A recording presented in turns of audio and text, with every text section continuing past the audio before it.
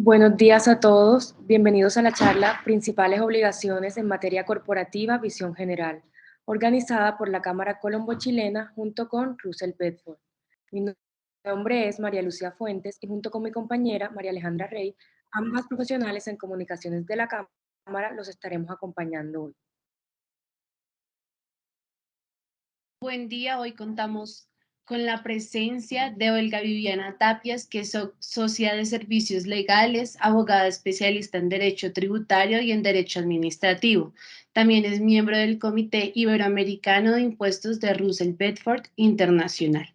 También tenemos a Carol Méndez, que es Compliance Manager, abogada especialista en Derecho Administrativo y Ambiental, con máster en Gestión Eficaz de las Administraciones Públicas. Y también tenemos hoy a Jonathan Mauricio Peña, que es semi-senior de Servicios Legales, abogado de la Universidad de la Gran Colombia y cuenta con 4 años de experiencia.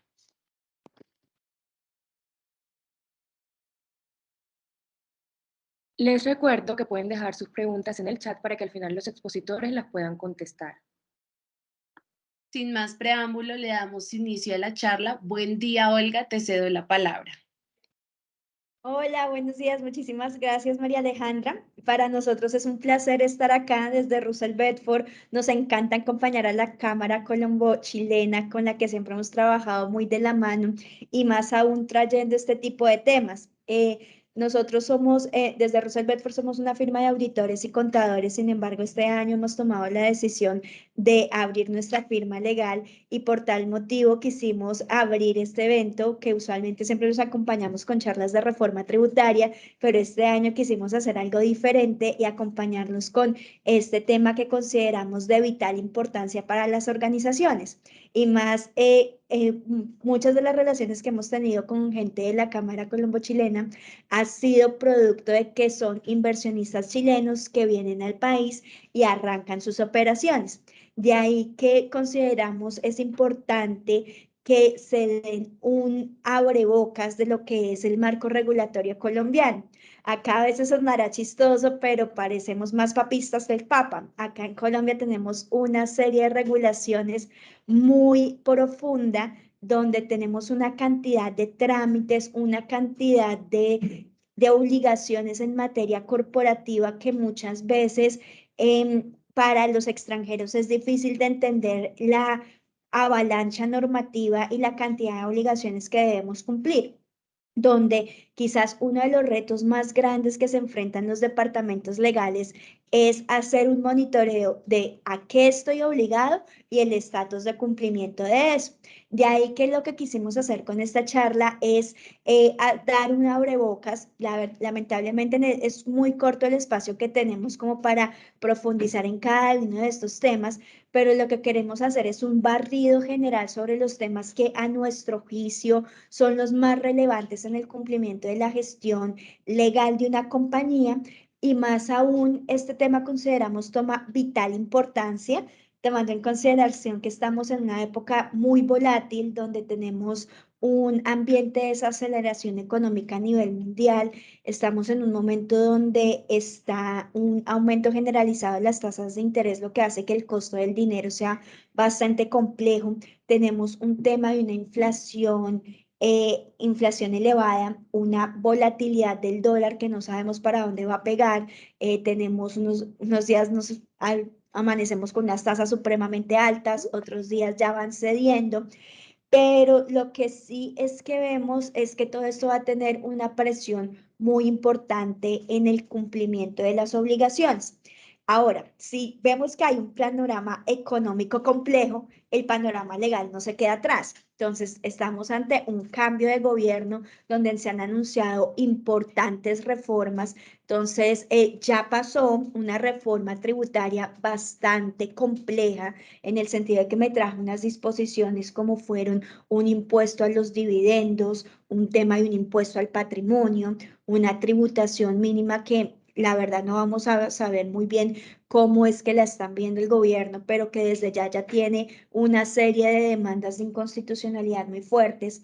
Todo esto hace que en este momento debamos hacer una reflexión sobre cuál es nuestra estructura corporativa y cómo le vamos a dar cumplimiento a eso.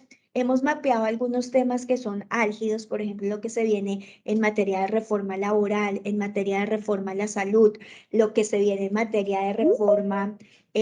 Hay un tratado internacional, el famoso Acuerdo de Escazú, que va a generar unos retos enormes en materia de cumplimiento de normas ambientales. Entonces, este es como un panorama general donde vamos que vamos a tener una volatilidad enorme en cuanto a normas de diferente índole que van a impactar la gestión empresarial. Entonces vamos a dividir esta charla como en grandes bloques. Vamos a arrancar con unas obligaciones en materia societaria, luego vamos a seguir con unos temas cambiarios y laborales muy generales para terminar con lo que yo creo es el gran reto que hoy están enfrentando las organizaciones y es todo lo que se conoce como el compliance, todo lo que es tratamiento de datos personales, temas de SACRI-LAF, todo lo que tiene que ver con el lavado de activos, prevención del terrorismo y finalizando con todos los programas de ética empresarial, que son temas que están muy atados. Entonces, pues esperamos que esto sea de su agrado y que logremos generar esa conciencia general de que los departamentos legales se están enfrentando a unos retos enormes, donde esos retos los tenemos que capitalizar y volverlos en oportunidades para que cada vez los departamentos legales nos veamos como parte de la estrategia de las empresas y con esto logremos disminuir riesgos y con eso generar, capitalizar todas esas oportunidades que están.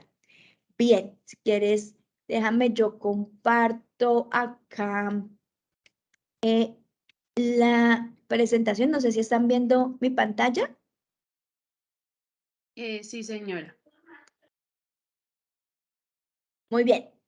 Listo. Entonces, en este panorama general hay un tema que es muy importante, es las obligaciones en materia societaria. Y lo que quisimos dar una pequeña definición como aquello que deben cumplir las sociedades.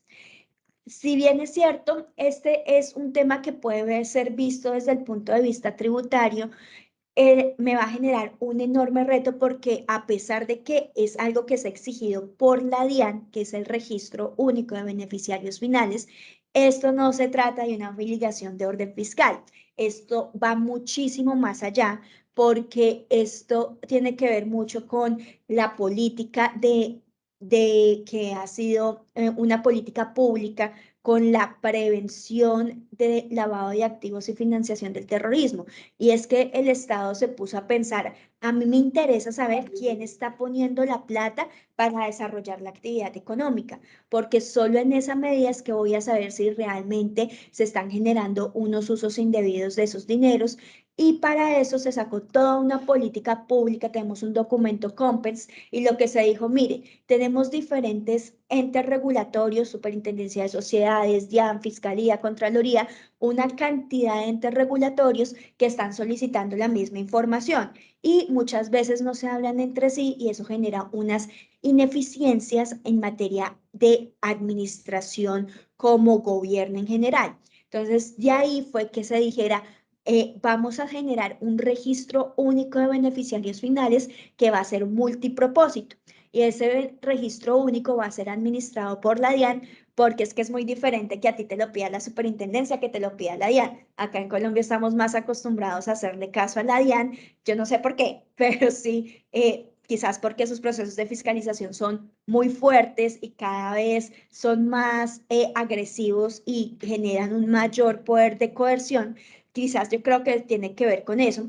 Lo cierto es que a pesar que lo administra la DIAN, no es para la DIAN, es multipropósito y vamos a ver de qué me va a servir tanto para la fiscalización de impuestos como para todos esos otros fines que el Estado está interesado. Y bien, este registro único de beneficiarios finales tiene que ser diligenciado tanto por las personas jurídicas como por las estructuras sin personería jurídica, quien deben suministrar la información de sus beneficiarios finales. Como para ponerlo en términos más sencillos, si yo tengo una sociedad, la sociedad debe reportar sus beneficiarios finales, que no es lo mismo que socios y accionistas, porque socios y accionistas puede ser otra sociedad.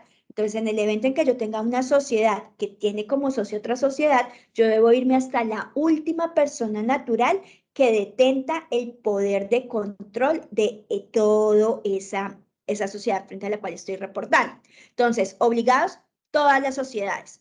Y existe otro gran grupo que son las estructuras sin personería jurídica y principalmente aquí estamos haciendo referencia a aquellos contratos. Por ejemplo, si esta sociedad tiene un consorcio o una unión temporal u otro tipo de contrato de colaboración, adicional al reporte que tiene que hacer como sociedad, esta estructura sin personería jurídica, llámese contrato, este contrato va a tener que hacer su registro único de beneficiarios finales, para lo cual previamente pues se va a tener como que inscribir como en una estructura sin personería jurídica. Este, si bien es cierto, no es un tema nuevo, lo estamos hablando desde hace varios meses. Este tema, lo que se ha generado son varias fechas para su cumplimiento. Actualmente debemos hacer el reporte hasta el 31 de julio del año 2023. Y aunque se han hecho ya varias modificaciones de esta fecha, porque la última la teníamos que haber hecho el 31 de diciembre, pero se modificó y nos extendieron el plazo 7 meses más, lo cierto es que esto no es algo que yo haga de un momento para otro, porque acá se me va a requerir hacer todo un proceso de debida diligencia que me permita conocer exactamente cuáles son esos personas naturales que están detrás. O sea, lo que le interesa al Estado en este momento es saber quién está poniendo la plata para generar esa obligación, para generar esa actividad económica, realmente si esa plata viene de producto de actividades lícitas y de tal forma de que sea la plata que queremos que inyecte en nuestra economía. Ahora, ustedes preguntarán, ¿pero quiénes son obligados?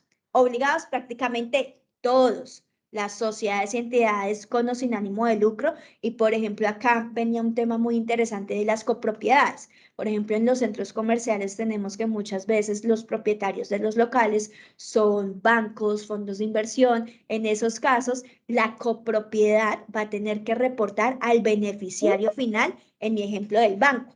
Entonces, esto es supremamente importante porque poder llegar a quien realmente controla muchas veces no es tan sencillo y se va a tener que probar por parte de la entidad todas las acciones tendientes a probar ese registro de beneficiarios finales. Bien, tenemos el tema de los establecimientos permanentes. Acá recordar que esta es una figura eminentemente tributaria, donde cuando una sociedad extranjera o un no residente, puede ser una persona natural, realiza toda parte de su actividad en el país, está obligado a hacerlo. Como establecimientos permanentes tenemos el ejemplo de lo que son las sucursales de sociedad extranjera, las agencias. En estos casos, ese establecimiento permanente solo por el hecho de tener RUT ya va a quedar obligado a reportar a sus beneficiarios finales. Ya veíamos el tema de las estructuras sin personería jurídica o similares. Y ojo acá, porque también las personas jurídicas extranjeras, cuando la totalidad de su inversión no se efectúa a través de personas jurídicas o estructuras sin personería jurídica. Ejemplo típico. Yo tengo una fundación de interés privado en Panamá. Esa fundación de interés privado en Panamá es el accionista de una compañía en Colombia. En este caso, como esta estructura sin personería jurídica es la que está realizando la inversión, esa estructura, a pesar de no ser colombiana, yo la voy a tener que reportar en este registro único de beneficiarios finales. Pero bien, ¿quién es el que es un beneficiario final? Nuestro estatuto tributario nos trae una definición y nos dice que es la persona natural que finalmente posee o controla. Entonces, mire que acá estamos hablando de dos situaciones que se contraponen porque la posesión tiene que ver con la propiedad, es decir, quién es el dueño, pero también está el control. Y acá hay un ejemplo. Tenemos en Colombia las sociedades por acciones simplificadas que permiten identificar diferentes tipos de derechos para cada una de las sociedades. Entonces, por ejemplo, yo tengo acciones con voto múltiple. Puede ser que yo tenga un accionista, una acción, pero que esa acción me da el derecho a emitir 100 votos en la asamblea y con esos 100 votos yo constituyo la mayoría decisoria. En ese caso voy a ser el controlante a pesar de que solo tenga una opción. Entonces, miren que esto va mucho más allá de la simple verificación de quiénes son los socios accionistas. Y me dice que lo posean directa o indirectamente. Directa o indirectamente puede ser que sea nivel 1 de sociedades o puede que haya un enramado de diferentes sociedades hasta donde el cual yo lo tengo que llegar. Nuestra norma trae 3 posiciones de beneficiarios finales. Uno, por el derecho de nosotros, cuando se trata de sociedades, se debe reportar a aquellos beneficiarios finales que posean más del 5% del capital o de los derechos de voto o de los activos, rendimientos o utilidades de la persona jurídica. Ahora, cuando se controla por un medio diferente, es decir, por ejemplo, cuando existe un acuerdo de accionistas donde los accionistas votan en bloque y ese bloque les permite generar el control, acá también lo debo generar a pesar que individualmente no superen ese tope del 5%. Y finalmente, y es lo que ha generado como mayor conflicto, es que pues, si yo no logro identificar quién es el beneficiario final, a quien debo reportar es al cargo de representante legal o una persona que ostente la mayor autoridad en relación con las funciones de gestión y dirección de la persona jurídica. Y ese es un tema bien complicado porque muchas veces acá tenemos representantes legales que simplemente tienen las funciones de administración, pero la dirección está en cabeza de otra persona. Puede ser, por ejemplo, en el presidente de la junta directiva. Entonces, miren que esta información no son los dueños, es decir, no son los que tienen que pagar impuestos sobre eso, pero por el hecho de tener un cargo de dirección dentro de una sociedad, puede ser objeto de reporte en este registro único de beneficiarios finales. Entonces, como para concluir este tema, ¿quiénes son los beneficiarios finales? Quienes sustentan la titularidad, el beneficio o el control en este esquema, donde si yo encuentro un beneficiario por titularidad, pues no voy a reportar a quien tenga el beneficio del control. Y esto viene como en una escala donde lo ideal es que todos quedaran en este primer nivel de beneficiario final.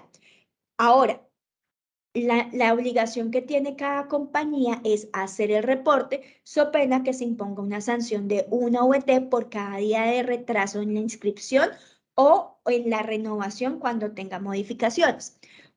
Y en caso de que yo no logre identificar el beneficiario final, yo tengo unos deberes de debida diligencia, los cuales van a poder ser solicitados por todas las autoridades de control. Es decir, la Superintendencia de Sociedades, la DIAN, me va a poder decir, venga señora sociedad, ¿usted qué hizo para identificar quién eran sus beneficiarios finales? Y yo le tengo que responder como con todo mi archivo de defensa diciéndole, no, es que yo revisé el libro de accionistas, yo le pregunté a toda la cadena de societaria, yo revisé los estatutos, revisé todos los acuerdos, etcétera, le tengo que probar esa gestión, so pena de que si no logro demostrar esa debida diligencia, me impongan la sanción por no informar, que actualmente está prevista en 7.500 VTs, que es una cifra cercana a los 250 millones de pesos.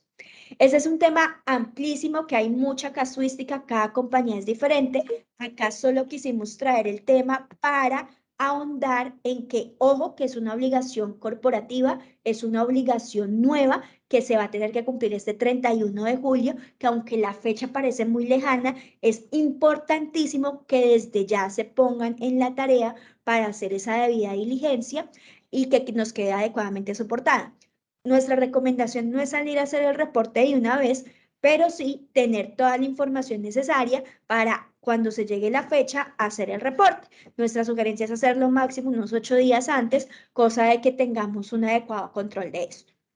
Bien, ahora vamos a pasar por las otras obligaciones que ya son un poquito más recurrentes, más conocidas, pero que consideramos no sobra advertir.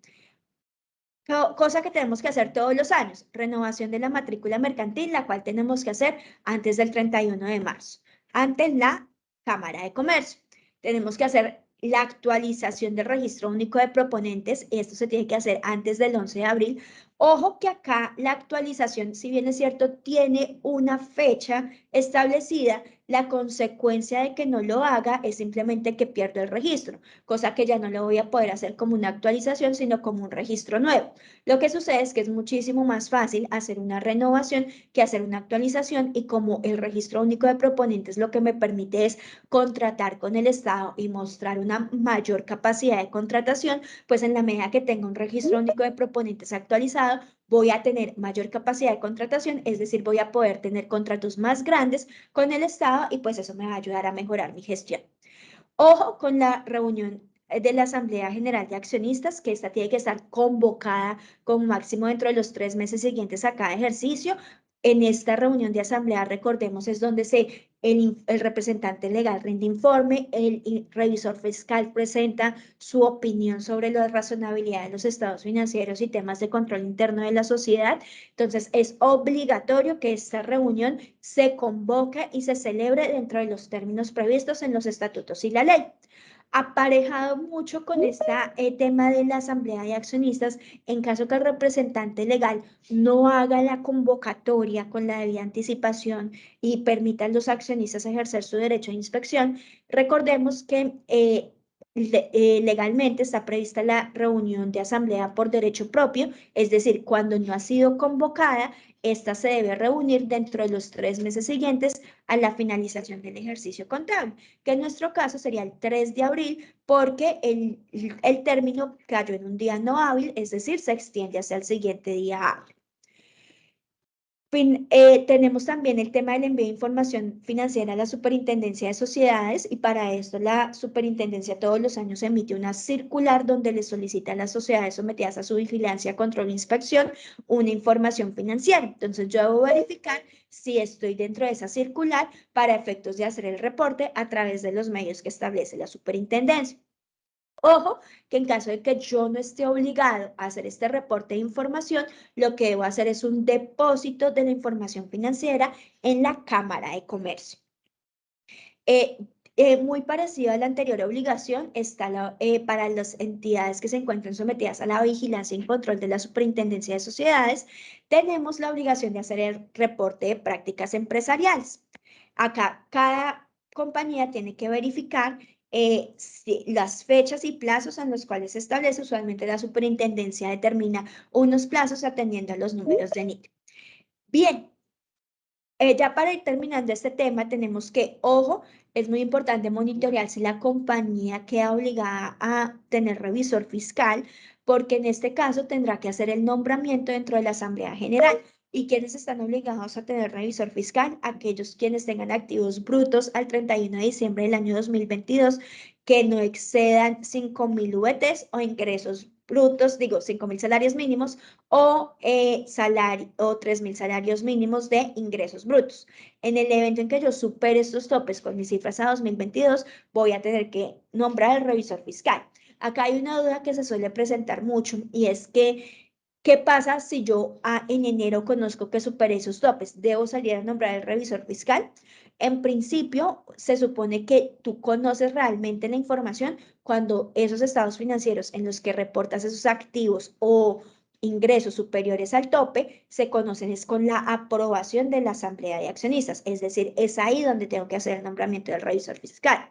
Sin embargo, vale la pena notar que por buena práctica sería aconsejable que se nombrara previamente, tomando en consideración que existe una norma que nos dice que las declaraciones tributarias, cuando yo esté obligada a tener revisor fiscal, deben ir firmadas por este, so pena que se den por no presentadas, es decir, como si no hubiera cumplido mi deber de declarar. Entonces, hay algunas discusiones bizantinas con la DIAN donde dicen, no, es que usted ya sabía en enero que tenía la obligación.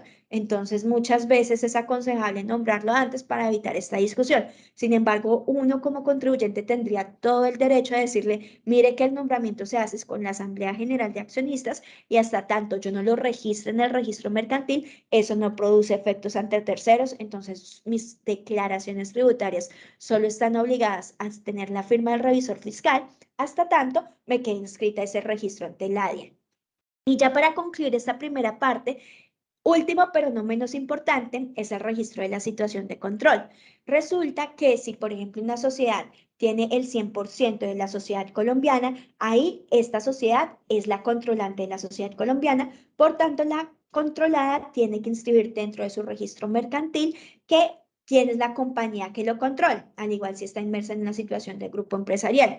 Esto lo vemos todo el tiempo de que puede ser que la persona natural, puede ser que el control lo tenga una persona natural, una persona extranjera. En todos los casos, si se configura el control, se debe registrar, so pena de la imposición de multas por parte de la Superintendencia de Sociedades. Vemos mucho que las compañías extranjeras se constituyen en el país, pero no registran esa situación de control. El año pasado, las Supersociedades hizo un plan de normalización donde reducía sustancialmente las sanciones. Entonces, lo que estamos esperando es que, dado que ya nos dieron la amnistía, es decir, ya nos dieron zanahoria, ahora empiecen con el garrote y empiecen a sancionar a todo el mundo por esta obligación. Y se los juro, hemos visto muchísimos casos donde esta obligación, que es muy sencilla de cumplir, no se cumple por parte de las sociedades, lo cual los expone a unos riesgos en materia sancionatoria. Bien, entonces ya le damos paso a Jonathan para que nos apoye con el tema de las obligaciones cambiarias. Muchas gracias, Olga. Bueno, buenos días a todos. A continuación vamos a explicar sobre el tema de obligaciones cambiarias. Como primer aspecto y como ya lo dijo Olga, pues vamos a hablar de las obligaciones principales que se derivan además de las obligaciones corporativas, las que tienen relación con las obligaciones cambiarias. En sí, el derecho corporativo tiene conexión con las demás ramas del derecho y en este punto de las obligaciones cambiarias, pues vamos a explicar principalmente las que se derivan para el año 2023. Entonces, el derecho cambiario es muy amplio y es una rama hermosa del derecho, pero para explicarlo más a fondo, pues el tiempo lastimosamente no nos alcanza, por eso vamos a delimitarnos en 4 obligaciones principales que se derivan. En este aspecto, pues las entidades administrativas que regulan la materia, pues han fijado para aquellas personas naturales o jurídicas que realicen alguna actividad enmarcada en el derecho cambiario, pues las obligaciones que se derivan de esta. En este punto, pues vamos a ver las obligaciones cambiarias para este año, en el cual tenemos el reporte de información exógena, capitalización, movimientos de capital, sustituciones y cancelación de registros de inversión extranjera, recomposición de capital y cuentas de compensación. Es como las 4 principales que se derivan, dado que este tema es bastante amplio y muy interesante de estudiar. Entonces vamos primero con el reporte de información exógena cambiaria. Entonces, el artículo 4 de la resolución 00161 del 24 de noviembre de 2021 dispone que las intermediarias del mercado cambiario, los titulares de cuentas de compensación y los concesionarios de servicios de carreras financieras, pues deben presentar un informe trimestral de información exógena conforme el calendario que ha establecido la Dirección de Impuestos y Aduanas Nacionales. En este punto, pues observamos que la Dirección de Impuestos ha establecido que esto debe ser presentado de manera trimestral conforme el calendario que se encuentra en la página. Entonces, aquí en la presentación podemos ver del boletín que ellos emitieron aquellas obligaciones que se tienen que cumplir. Principalmente, la Dirección de Impuestos y Aduanas Nacionales pues ha indicado que las empresas que finalizan con el número de NIT, ojo, número final de NIT, no dígito de verificación, con su dígito de NIT, pues tienen que presentar en las fechas que ha establecido. ¿Cuáles son las sanciones que nos imponen? Pues indica principalmente el artículo 2245 de 2011 que no cumplir con dicha obligación, ya sea pues obviamente el reporte de información exógena, pues tendrá una multa equivalente a 200 VT, que significaría 8.482.400 pesos del año 2023 por cada periodo incumplido. Entonces, en este aspecto hay que tener presente esta obligación. Otra de las obligaciones que también se derivan es las capitalizaciones, movimientos de capital, sustituciones de cancelación y registro de inversión extranjera.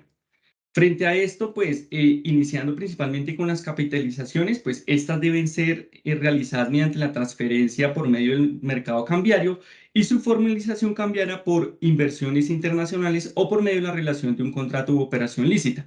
En este aspecto, pues, el Banco de la República pues ha definido que esto debe realizarse a través de un formulario, el famoso formulario número 11, o denominado como el formulario de registro de inversión, de registro o inversiones extranjeras. En este punto también podemos observar frente a los movimientos de capital y cancelación, vamos primero con los movimientos de capital, que el régimen cambiario ha establecido las obligaciones en cabeza de las inversiones de los inversionistas extranjeros de registrar movimientos de capital de sociedades, ya sea cambio de titulares de inversión extranjera, fusión, escisión en el exterior, cambios de razón social, etcétera. Y respecto a las cancelaciones de inversión extranjera, pues por cualquier concierto, siempre y cuando se acredite el cumplimiento de estos requisitos. Vale la pena aclarar que los movimientos de capital y de cancelación de inversión extranjera pues puede informarse ante el Banco de la República dentro de los 6 meses siguientes a la fecha de la transacción. Entonces es muy importante tener en cuenta este aspecto. Y también respecto a las situaciones de inversión extranjera, por cambio de titular, la regulación cambiaria, pues obviamente ha exigido que la solicitud tiene que presentarse dentro de los 6 meses siguientes a la fecha de la respectiva transacción. Entonces, en este aspecto, pues tenemos que tener en cuenta los diversos formularios que ha establecido el Banco de la República, tener en cuenta los formularios 11A o el denominado formulario de registro de inversión de internacionales por organizaciones empresariales, si hay que cambiarse algo respecto al régimen cambiario en cabeza de movimientos de capital o cancelación de inversión extranjera, y también la declaración de registro de cancelación de inversiones internacionales, que es el famoso formulario número 12. Ahora bien, también tenemos otra obligación que es el manejo de anticipos para futuras capitalizaciones.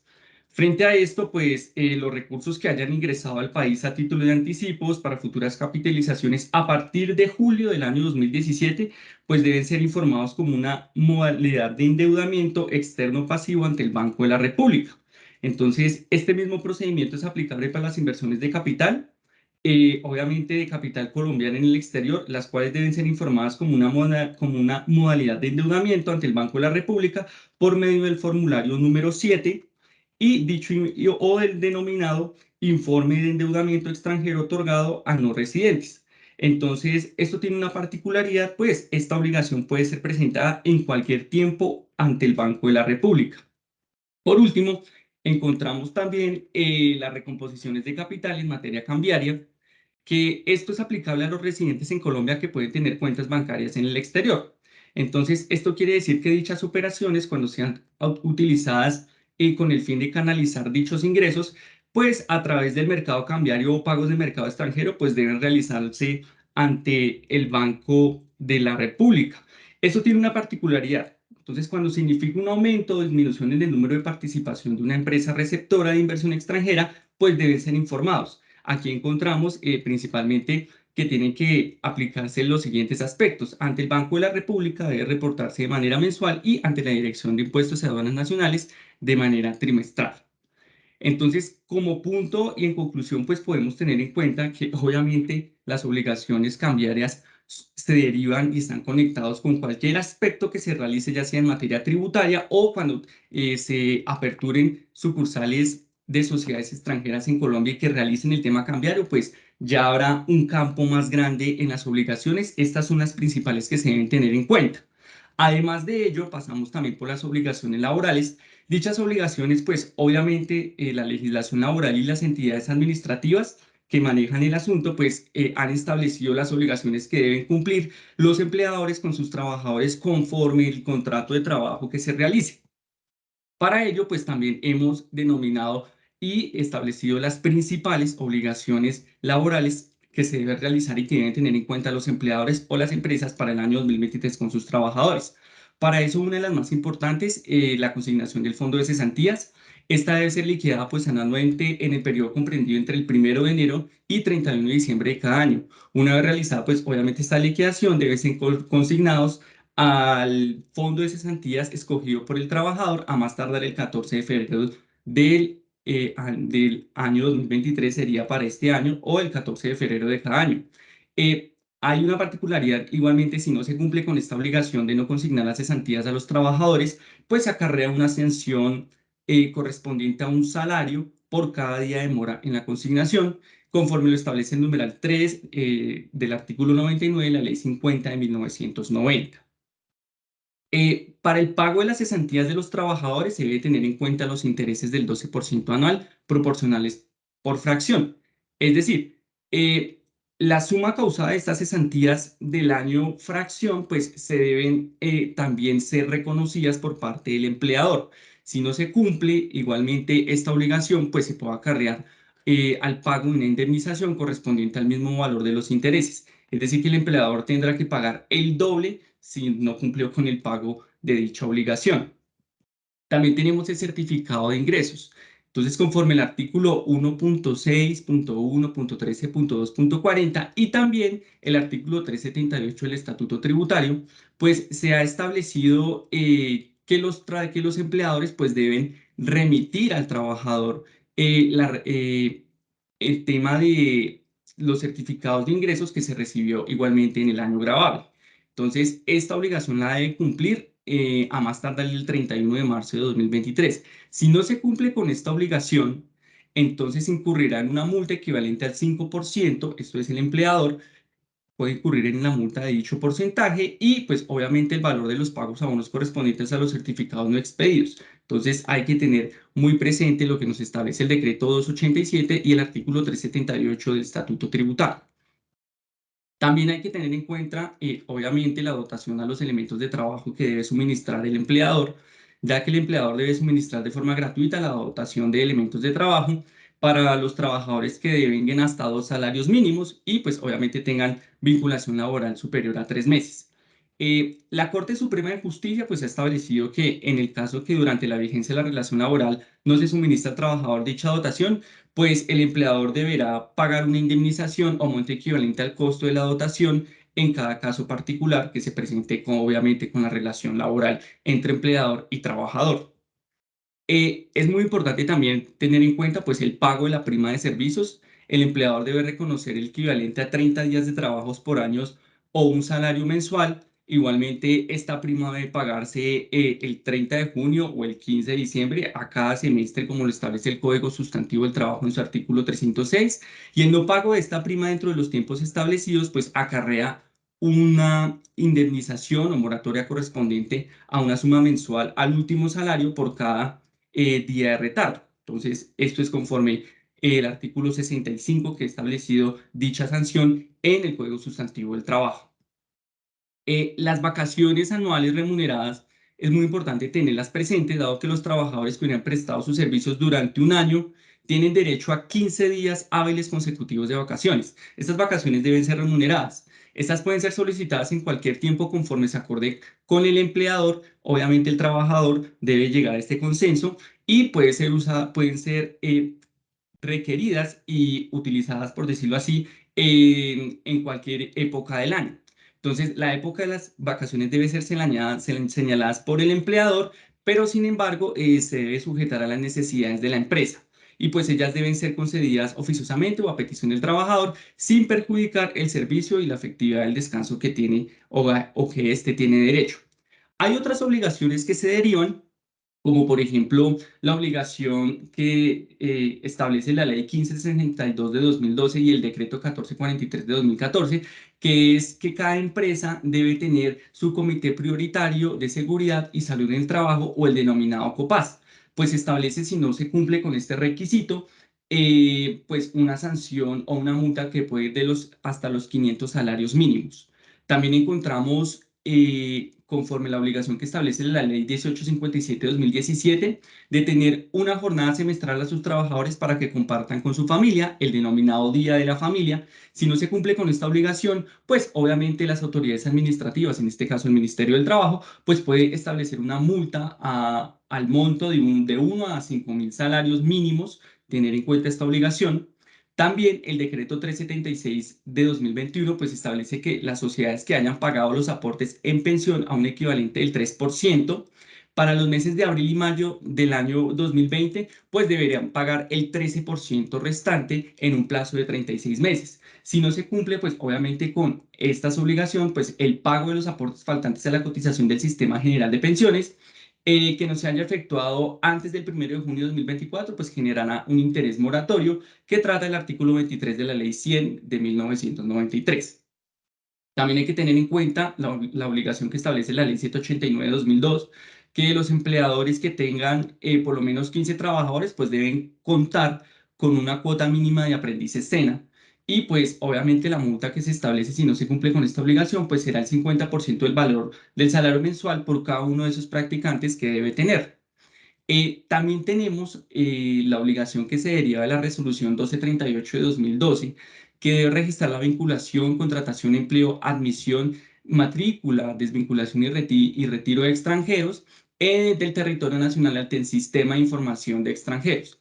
Es muy importante tener esta obligación porque se busca que exista una regulación laboral para las personas que ingresan al territorio colombiano a tener una relación contractual con su empleador. Entonces, si no se cumple con esta obligación, pues puede acarrear sanciones de entre 8 y 40 salarios mínimos para quienes están obligados a realizar dicho reporte, pues no lo hagan. También hay que tener en cuenta lo que establece la resolución 4386 de 2018, que debe registrar y actualizarse los datos básicos de las empresas empleadoras respecto a la relación laboral que tienen con los trabajadores extranjeros. Es decir, que tiene que indicarse el nombre completo, país de origen, nacionalidad, cédula, extranjería, profesión, cargo, ante el Sistema de Registro Único de Trabajadores Extranjeros que ha establecido el Ministerio del Trabajo, denominado el famoso RUTEC. Las multas equivalentes al monto derivan de 1 a 5.000 salarios mínimos, según la gravedad de la infracción que evalúe el Ministerio del Trabajo y que encuentre, obviamente, en la investigación preliminar que encuentre. Por último, pues tenemos la obligación que se establece en la Ley 1636 de 2013, el deber de reportar sus vacantes al Servicio Público de Empleo. Entonces aquí vemos que si las empresas tienen vacantes muy seguido y pues se ha identificado que no ha cumplido con dicha obligación, al menos de reportar algunas vacantes en el Servicio Público de Empleo, pues la entidad administrativa pues, puede acarrear una multa equivalente a un monto de 1 a 5.000 salarios mínimos conforme el grado de infracción que se encuentre según la investigación que realice el Ministerio del Trabajo. En este orden de ideas podemos observar que las obligaciones corporativas van saliendo como cada rama del derecho va adjuntando y poder cumplir con las mismas con el fin de que se cumpla y tener garantías y evitar sanciones principalmente en las entidades administrativas que rigen la materia. Muchas gracias por su atención y pues a continuación concedo el uso de la palabra a nuestra colega Carol para que nos explique el tema que ella tiene preparado. Muchas gracias.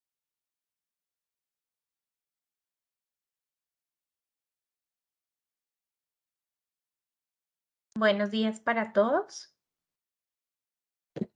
Bueno, dada la premura del tiempo, como lo hemos venido manifestando, yo voy a tocar rápidamente 3 temas que, pues, a los que también estamos obligados dependiendo de qué sector pertenezcamos. Entonces, tenemos AgriLab, PTE, que es dependiendo, y pues protección de datos, y absolutamente todos estamos obligados.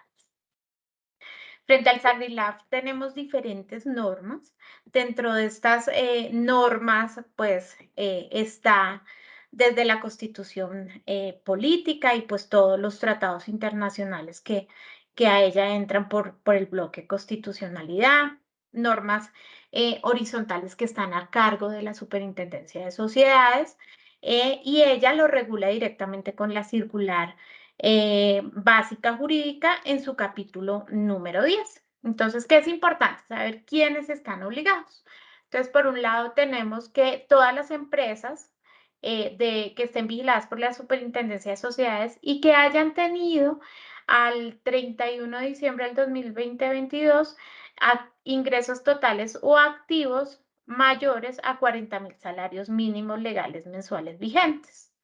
Hola, Tenemos también unos sectores específicos que son agentes inmobiliarios, comercializadores. si estás presentando, no estamos viendo tu pantalla. Ok. ¿Quieres? Miremos.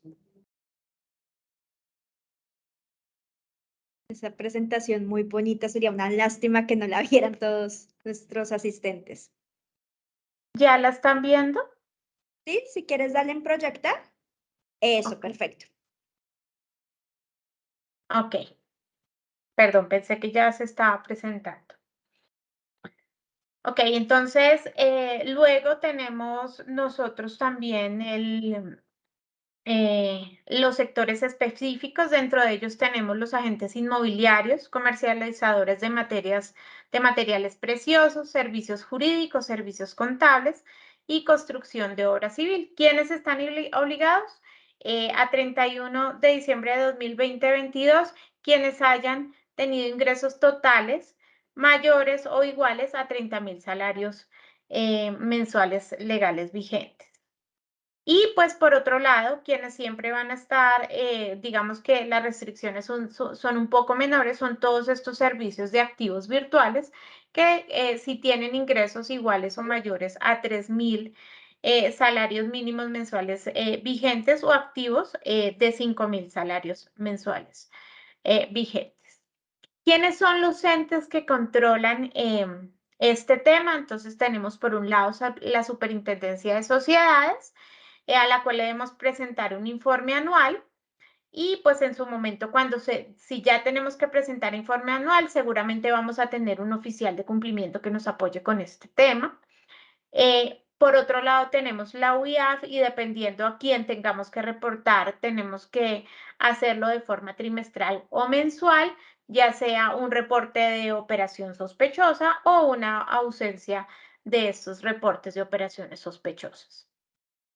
¿Qué es el SAGRILAF? El SAGRILAF es un sistema de autocontrol y gestión de riesgo integral de lavado de activos y financiación del terrorismo, que lo regula una circular emitida por la Superintendencia de Sociedades para tener mejores prácticas.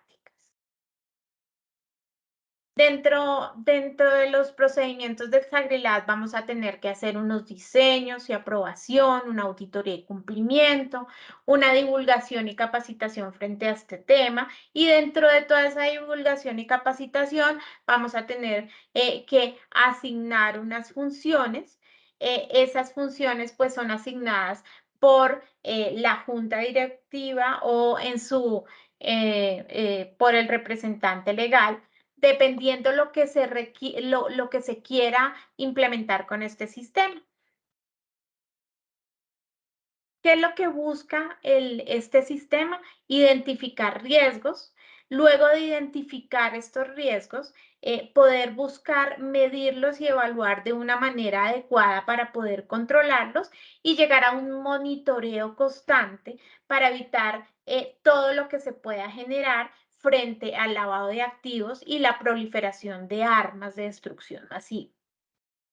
Que es muy importante saber para poder controlar estos riesgos. Debemos conocer muy bien la empresa, la entidad, tener muy claras todas esas leyes y regulaciones, indagar todo el tiempo sobre los temas de fraude y valorar estos riesgos e informar constantemente y oportunamente si hay algún incumplimiento.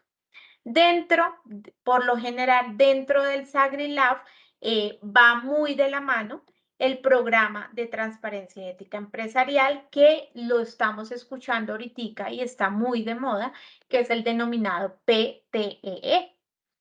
Entonces, este programa de transparencia y ética empresarial son políticas que buscar cumplimientos y procedimientos específicos frente a unas matrices que se diseñan dentro de las organizaciones buscando evitar todos estos riesgos de corrupción y soborno transnacional. Estas matrices van muy de la mano con el sistema de SAGRILAF, ya bien sea cierto por todo el tema del lavado de activos, que viene y se encamina dentro del soborno transnacional. Dentro de estos programas hay una figura que es muy importante y es el oficial de cumplimiento.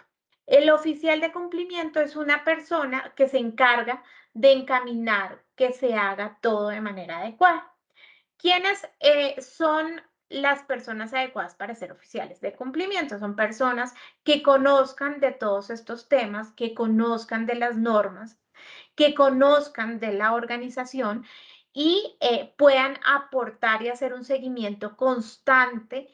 Ese seguimiento se hace de forma, podríamos decir, como auditorías que se hacen internas para tener todo resguardado en caso de que nuestro ente que nos vigila, que la Superintendencia de Sociedades, venga y nos levante la mano. Ahora bien, por un lado, en este caso nos regula la Superintendencia de Sociedades, pero por otro lado, seguramente nos ya están entrando en vigencia ya desde el año pasado estos programas de transparencia ética empresarial, que ya están obligadas muchas entidades sin ánimo de lucro por todo el tema de buen gobierno corporativo. ¿Dónde encontramos la regulación de esta? Está en una circular que emitió la Superintendencia de Sociedades, donde va encaminada con todo el tema de la ley de transparencia. Acá les queda a ustedes la presentación. Me paso por acá, que es muy importante tener claro desde qué momento se empezó a incorporar esto. Entonces, tenemos que la implementación, el primer plazo de los obligados fue en 31 de mayo del 2021, es decir, desde el año pasado, antepasado ya. Y luego la Superintendencia de Sociedades les dio unos plazos y les dio como 3 años, si ya no cumplen, para dejar los programas. Hoy día, entonces ya quienes empiezan a cumplir tienen que tener su programa implementado y organizado a partir de el inicio del año y presentar sus respectivos reportes a partir del mes de mayo y principios de junio. ¿Quiénes están obligados?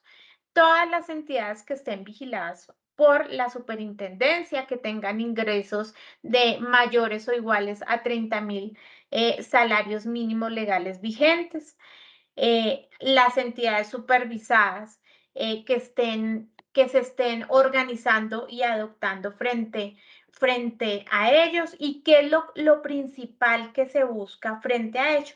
Que todas estas organizaciones que tengan contratos con diferentes entidades estatales también estén resguardando la plata de nosotros, que simplemente es lo que nosotros pagamos con todos estos temas de impuestos tributarios.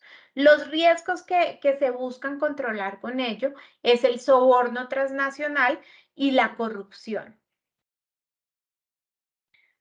Por otro lado, tenemos otros sectores que también son afectados. Tenemos el sector farmacéutico, la infraestructura y construcción, manufacturero, minero energético, tecnologías de la información, comercio de vehículos y actividades auxiliares de servicios financieros. A ellos los ingresos bajan un poco y si tienen ingresos mayores o iguales a 3,000 salarios mínimos legales vigentes, tengo que levantar la mano y empezar a implementar mi programa, esto a corte del 31, siempre del final del año inmediatamente anterior. Si yo tengo unos activos totales que superen los 5,000 salarios mínimos, también tengo que empezar con esta implementación, pero pues adicional a ello, si tengo algún contrato con entidades estatales que supere solo 500 salarios mínimos legales vigentes, también estoy obligado a implementar todos estos programas. Tienen también procedimientos y etapas, tienen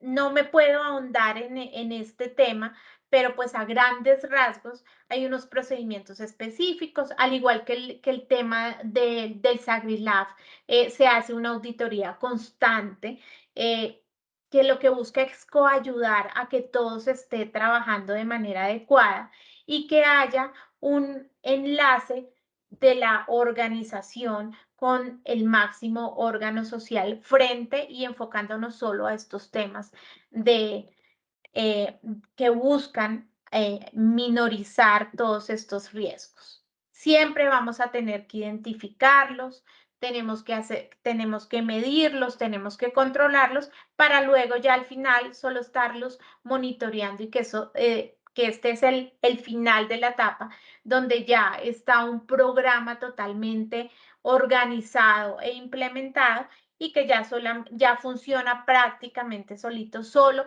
de la mano pues de los colaboradores dentro de las organizaciones y del oficial de cumplimiento.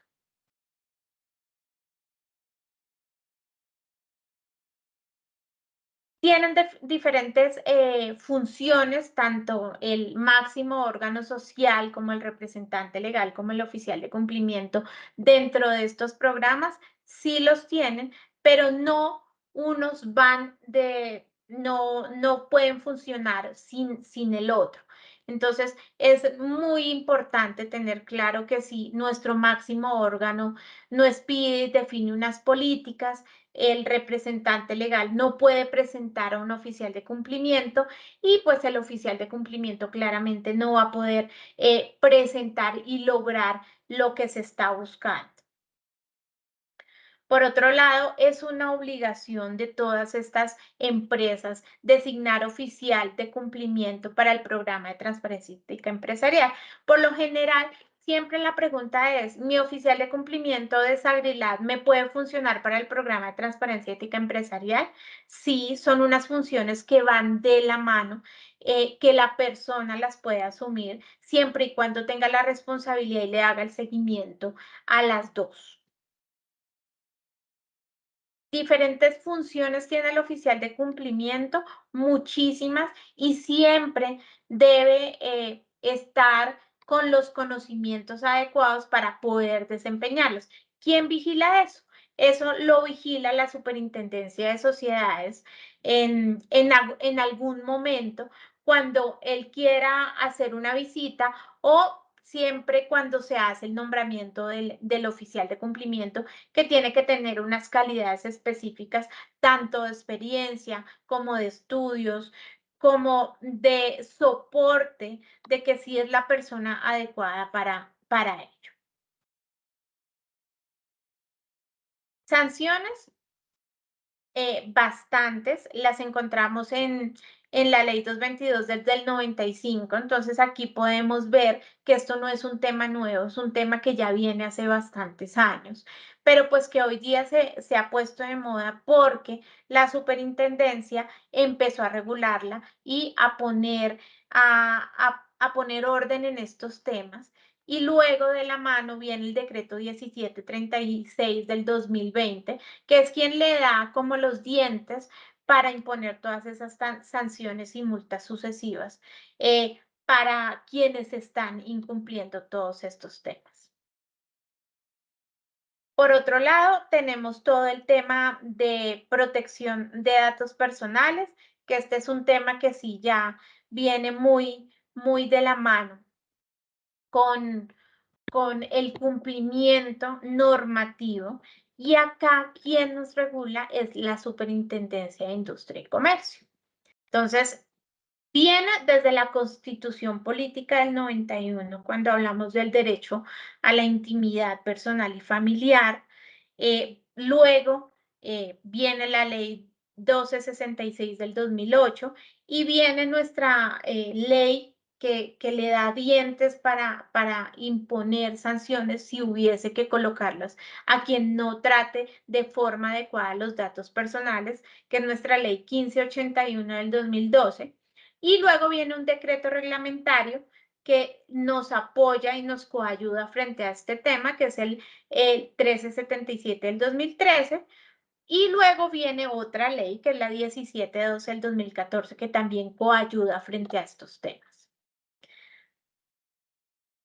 La norma 1266 lo que hace es que reglamenta esa protección de los datos financieros y comerciales destinados a calcular el nivel de riesgo crediticio.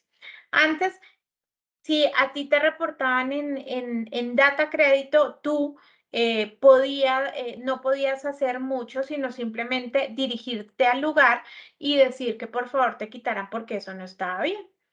Hoy día está la Superintendencia de Industria y Comercio y yo puedo interponer desde una queja hasta una denuncia y una demanda en caso de que esto esté equivocado. Entonces, en este tema, lo que es la Superintendencia de Industria y Comercio es muy, podríamos decir que muy juiciosa y muy coayudante frente a las personas, frente a esos temas y hacen muy adecuadamente la protección de todos estos temas de cuando no se hacen de forma adecuada.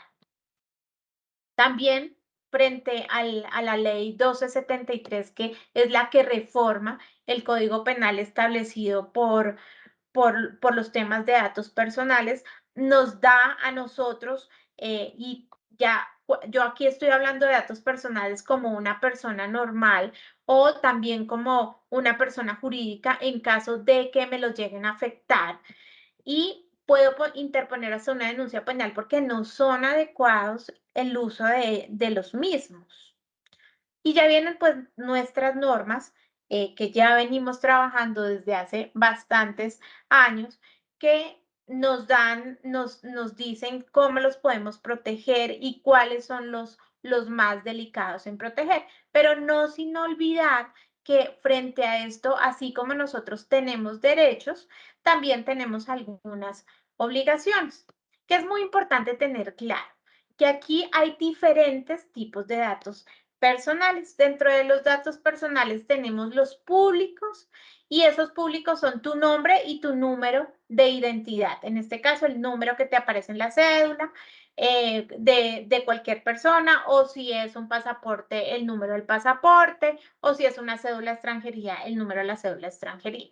Tenemos datos semiprivados, que ya aquí empieza a hablar sobre el tema de dirección, teléfono. Tenemos datos privados y tenemos datos sensibles. Los datos sensibles son de protección muy cuidadosa, porque dentro de esos datos sensibles entonces tenemos nuestras historias clínicas, nuestro sexo. Eso depende más de lo que yo quiero y siempre están los datos de todos los menores de edad. ¿Quiénes son los sujetos dentro de la protección de datos personales? Tenemos un titular, tenemos un responsable. El titular es cualquier persona, el responsable es a quien yo le entrego los datos, el encargado es aquella persona que está utilizándolos, y tenemos una entidad que se encarga de cuidarlos. Siempre dentro del tratamiento de datos personales debo tener una autorización del titular, en este caso, tú como persona, yo como persona, y esa autorización para que puedan utilizar mis datos personales tiene que ser previa, es decir, antes de utilizarlos debe ser expresa, algo muy específico, informada, te deben contar para qué van a usar los datos, pero adicional a eso, si en cualquier momento tú quieres acceder a esa consulta, entonces lo puedas hacer, debe ser consultable. Tenemos derechos, entonces tenemos derechos a conocer, actualizar y rectificar todos esos datos personales, solicitar al responsable prueba de esa autorización que se dio, a ser informado para qué van a usar mis datos, a presentar quejas ante la SIC, que es nuestra Superintendencia de Industria y Comercio, pero pues adicional también a decirle a la persona que yo le dé autorización de mis datos, de revocar los mismos en caso de que ya no quiero que los utilicen más. Y pues adicional a ello, acceder gratuitamente para que yo los utilice. Por otro lado, hay unos deberes del responsable. En este caso, a quien yo le dé mi autorización se convierta en responsable de garantizar al titular ese derecho de habeas data, que son todos los derechos que acabo de nombrar. Solicitar y conservar esa copia, esa autorización que me dio el titular. Informar al titular con qué finalidad yo voy a recoger los datos. Garantizar esa información suministrada, que es solamente para que lo que yo la vaya a utilizar y no para nada más de lo que me autorizaron. Autorizar e informar al encargado todas esas novedades en caso de que quieran en algún momento rectificar la información o simplemente revocarla, y suministrar solo esos datos autorizados a los que el titular me dio la autorización.